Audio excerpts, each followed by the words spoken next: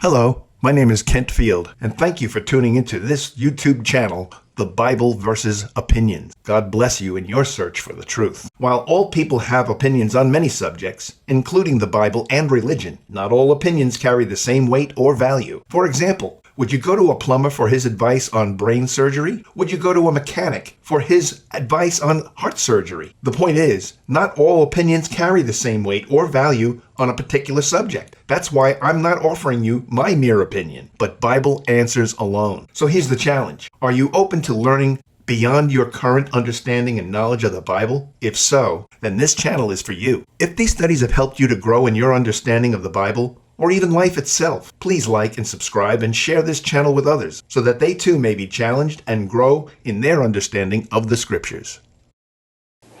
Verse 34, let the women keep silent, and let them subject themselves. And the word for silence there above, let the women keep silent, indicates or embodies the idea of submissiveness. Keeping yourself under control. But let them subject themselves, just as the law also says. So now he's saying, look, even the law of Moses says this. He's used the creation. Now he's using the law of Moses as his justification for this position. And he's using it with a Gentile church. Isn't he? In a different area of the world, a different culture. And he's saying, look, this is the justification for this. Even the law says this. I have a question. Wait for later. Let them ask their own men at home. Now the Greek in the Bible does not have a word for husband or wife. Did you know that? No. It's only men or women. And so the only way you know if it's a husband or wife is whether it's possessive or not. And by the way, could her own man also be, if I wasn't on the scene and Brian lived in our house, that she would have to go home and talk to Brian about it? Wouldn't he qualify as her own man? I'm not saying that you're not talking about necessarily a husband-wife relationship. Let them ask their own men at home. Yeah. Whoever it is. That's all it's saying, literally. You have to read the word husband into it and believe that's in the context. That's fine if you do. I'm just kind of giving you something for free, no charge. And it might not be worth paying for anything that, but I'm just telling you. Why? Because it's improper for them to speak in assembly. In church. Yeah, but that's talking about the worship service. Prove it. Yeah. Prove it. Show me that it's talking about the worship service. Well, it's church. Oh, so they didn't have Bible classes and Paul didn't continue his speech until midnight when Eutychus fell out the window? Because he was so excited about what Paul was talking about. So, that's why he'll say, was it the Word of God? Was it from you that the Word of God first went forth? Or has it come to you only? Are you the source of truth? No.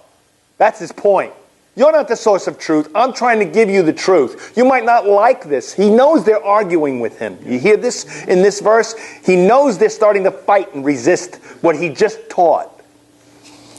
So if you think you're a prophet or spiritual, let him recognize that the things that I'm writing to you are the Lord's commandment. And if you don't recognize this, you're not recognized.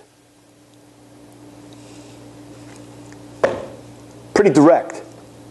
Now, in reading all that, I say all this to say that I am not saying that these verses have no application today. They do. But now I want us to consider a number of verses very quickly. In Romans chapter 16, Romans 16, We're going to see now a number of prominent women mentioned, addressed, and praised for their service to God. And not just because they stayed home and baked cookies. Some of them, they have and will have washed the saints' feet. That was one of the qualifications for the widows indeed, wasn't it? Having washed the saints' feet. Great servants. But if you want to be the greatest among you, what you have to be? Let him be the servant of all. Servant, yeah. So he says in Romans 16, I commend to you our sister Phoebe, who is a, guess what that word is in Greek?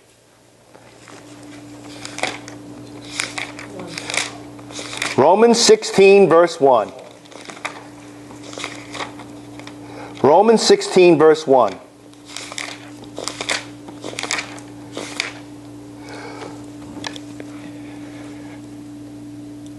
Diakonon. Guess what word that is? Diakonon. Come on. It sounds like something to you, doesn't it? Who is a diakonon in the church, which is in Cenchrea? She is a what? What is it? Deaconess.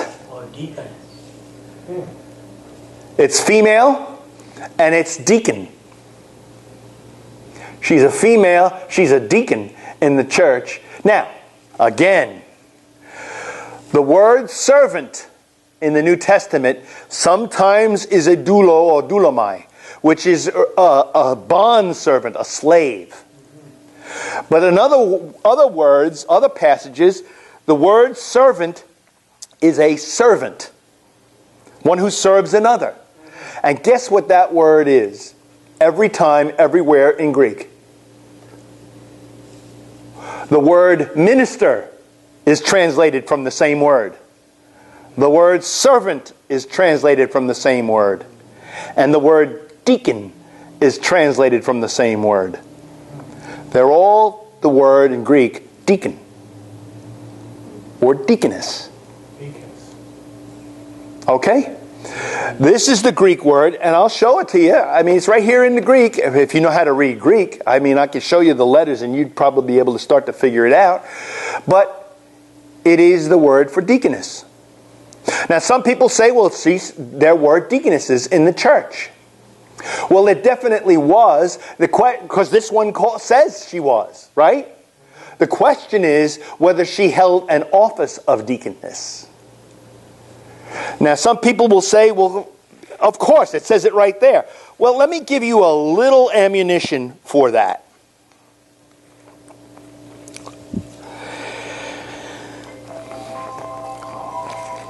When he's talking about deaconesses, deacons in the church, in 1 Timothy chapter 3, and verse 8, deacons must likewise be men of dignity, not double-tongued, or addicted to much wine, or fond of sordid gain, but holding to the mystery of the faith with a clear conscience. And let these first be tested, then let them serve as deacons. So everybody needs to go through a testing period, right? Is that what it says? Let them first be tested. And that's not a 10-question or 20-word question, 20-question test on a Sunday afternoon after church. That's not the kind of test they're talking about, right? Look at their lives. Look at them. So basically, they'll have to already be doing the service of what they want to become. Right. That's the way it is. That's the way it is with elders, too, we're going to find out. Let them serve as deacons. Then let them serve as deacons if they are beyond reproach. Now, the women must likewise be dignified.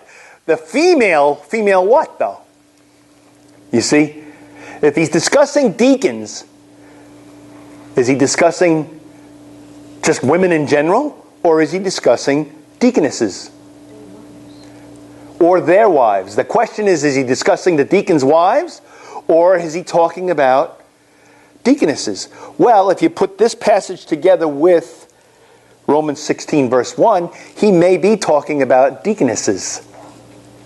I'm just throwing it out there for you to think about it. Thanks for being a part of that study segment. I promise you that, Lord willing, there's more to come. With the understanding that the mind can only absorb what the seat can endure, many of these studies have been broken up into a series of bite-sized segments. So be sure to look for the next segment in each Bible study subject, so you won't miss out on any important information. Please like and subscribe if you feel that this lesson's helped you, and God bless you in your search for truth.